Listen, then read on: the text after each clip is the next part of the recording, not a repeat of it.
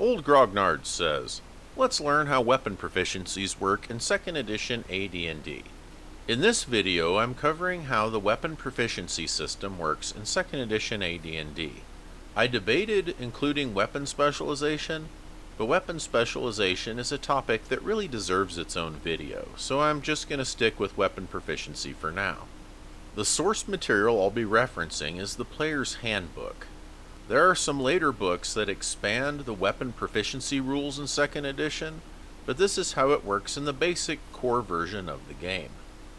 When a player makes a character, they consult Table 34 in the PHB to see how many weapon proficiency slots they begin with. These slots have to be used during character creation. They can't be saved for later.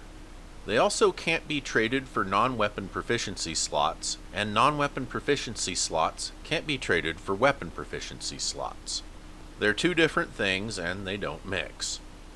Each proficiency slot has to be used for a specific weapon on Table 44. The character then has proficiency with that weapon, and it only works for that weapon. So for example, if you pick proficiency with dagger, it just means dagger. If you want to use a knife, it's a different proficiency. When a player picks what weapons to be proficient in, they have to be weapons that are allowed for the character's class. For the classes in the player's handbook, the weapons allowed look like this. You can find these under the class descriptions, and the page numbers in the PHB are also listed here. So back to Table 34. If we look here, we see how many levels a character has to gain before they get more slots. As you can see, warriors get more slots at first level and gain them the fastest. Priests and rogues are like this, and wizards, because they concentrate on wizard stuff, have the slowest progression in this regard. When playing a multi-class character, they get their weapon proficiencies from whichever class benefits them the most. For example, if we had a fighter mage, they would get their weapon proficiencies from their fighter class.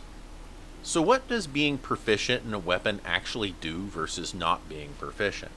Being proficient doesn't give bonuses, but instead allows a character to attack normally with that weapon without any penalties.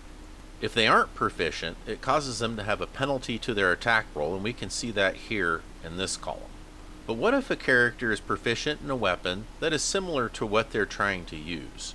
Can they get a reduced penalty? Well, the answer is yes. If the DM rules that a weapon a character is using is similar to one that they are proficient in, their non-proficient penalty is cut in half, rounded up. So they would have a penalty that looks like this over here. An example of how this would work in play would be if a fighter picked up a spear from a downed orc. The player thinks it would be cool to throw the orc's spear at one of the other orcs on the battlefield. The character, however, isn't proficient in spear. They are, though, proficient in javelin. The DM rules, in this case, that javelin is similar enough to spear that the attack penalty should be halved. So the fighter only has a -1 to their attack roll when throwing the spear. And with that, we have a very basic rundown of how weapon proficiency works in 2nd edition AD&D. Thanks for watching. The most interesting cat in the world and I would like to wish you a wonderful rest of your day.